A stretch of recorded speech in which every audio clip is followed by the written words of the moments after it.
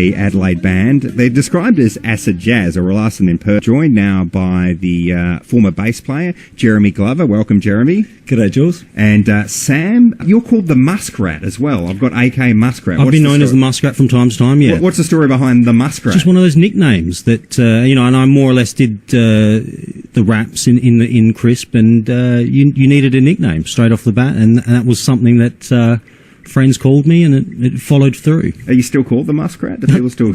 Quite often, yes. Jeremy, how did Crisp form? That's a good question.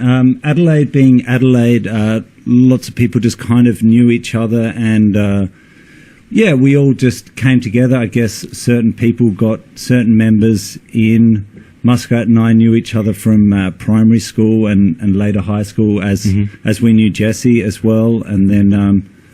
This kind of loose idea formed about having a big eclectic group of people to come together and perform this music. Well, let's talk to former guitarist Sia Furler. Jesse, where did you play? You know, we're talking 90s acid jazz in Adelaide. What sort of venues were you at?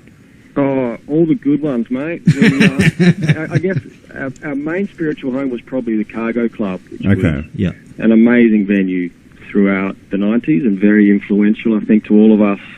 In terms of musical education as well, you know, there was so much great stuff there that we got to see, 4 or 5 nights a week, and we played there a lot. Stag, we played. Tapas was another big one. There's a hotel in North Adelaide. Well, it's a good venue if you can't remember it. I mean, that's rocking. Well, exactly. What were sort of the acid jazz? What were sort of your influences when you were kind of writing music back then? Well, it was pretty broad, I guess, and I mean, we never called ourselves acid jazz. We were a jazz funk explosion. Very big difference to us at the time, at least. It was kind of different. Like, we all had different backgrounds musically. There are a few people who've been through the con and very technically trained with jazz, and then Sia was totally self-taught. Yeah, well, the rest of us are all different. We haven't chatted about Sia, and like I said, there's a video of you guys on the Daily Mail website. How did Sia Furler come to be involved in the band? Let's go to you, Sam, or Muskrat. How did Sia? I'm not sure, because I knew Sia probably 2 years before the band started, just from Adelaide and, like Jeremy said, and the group of friends that we used to hang out. I was surprised. I remember being at rehearsal with these guys that we all knew from school, and then, of all people, Sia, who was, in my group of friends who I hadn't seen for a little bit, rocked in as the, everyone's talking about the singer that was going to come, and it was Sia. So, it's just classic Adelaide, to be honest. The best part about that was we were having a band meeting at Scuzzy, I think it was Scuzzy on Rundle Street. As you do. As you do, as we spend every spare minute in one of those cafes, and Sia was the waitress. And she came up and was like, "What are you guys doing? What are you talking about?"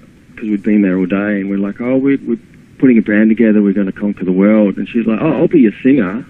And we all kind of laughed and thought she was just joking and taking the piss. But she later convinced us to let her come to an audition. And then Sam, when Sam found out, he's like, "Yeah, I know her," and kind of all fell into place. It turns out her dad used to work with my dad, and wow, that is Adelaide. That is so Adelaide. Like that, the whole thing was amazing. But it was quite an accident. We didn't go out looking for her or looking for a vocalist or auditioning a range of vocalists. She literally just kind of, in true Sia style, just kind of made it happen in a cafe just by her personality, really, before we even heard her sing.